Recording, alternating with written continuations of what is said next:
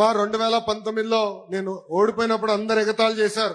అన్నగాని గారు ఆనాడు ఎమ్మెల్యేగా ఉన్నారు తెలుగుదేశం పార్టీ నుంచి. చంద్రబాబు నాయుడు గారిని కూడా అవమానించారు. శాసనసభ సాక్షిగా అన్నారు, లోకేష్ ని గెలిపించలేకపోయావు, మీరు మాట్లాడేది ఏంటని. కానీ ఈ రోజు మీరు నాకు ఇచ్చిన మెజారిటీ దెబ్బకి అక్కడి నుంచి సౌండే లేదు తల్లి. నిన్న రాత్రి బాబు గారితో భోజనం చేస్తుంటే అడిగారు, రేపు కూడా మంగళగిరినా అన్నారు. అవును గురుగారు, రేపు ఇంకొక రోజు అవుతే పట్టాల కార్యక్రమం అవుతుందని. రాష్ట్రం అంతా తిరగాలి కదరా అన్నారు. నేను ముందర ఇక్కడ బాధ్యత నెరవేర్చాలి, నా పరువు కాపాడారు.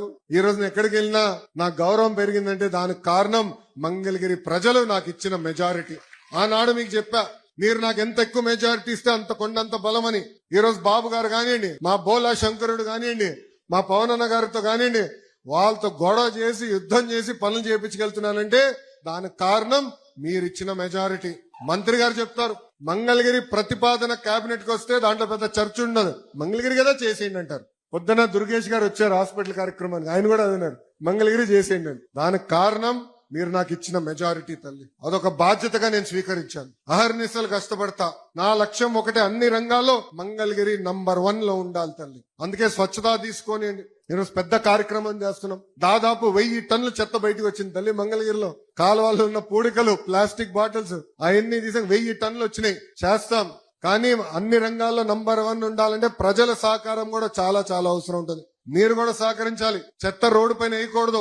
ఈ రోజు మా పారిశుద్ధ్య కార్మికులు చాలా కష్టపడుతున్నారు. ప్రతిరోజు ప్రతి గడప దొక్కి చెత్త మీ దగ్గర నుంచి తీసుకుంటున్నారు. అందుకే దయచేసి చెత్త ఏమైనా వేయాలంటే రోడ్డు పైన కాదు, ఇంట్లో పెట్టుకోండి. పొద్దున మా పారిశుద్ధ్య కార్మికులు వచ్చి మీ దగ్గర చెత్త పట్టుకెళ్తారు.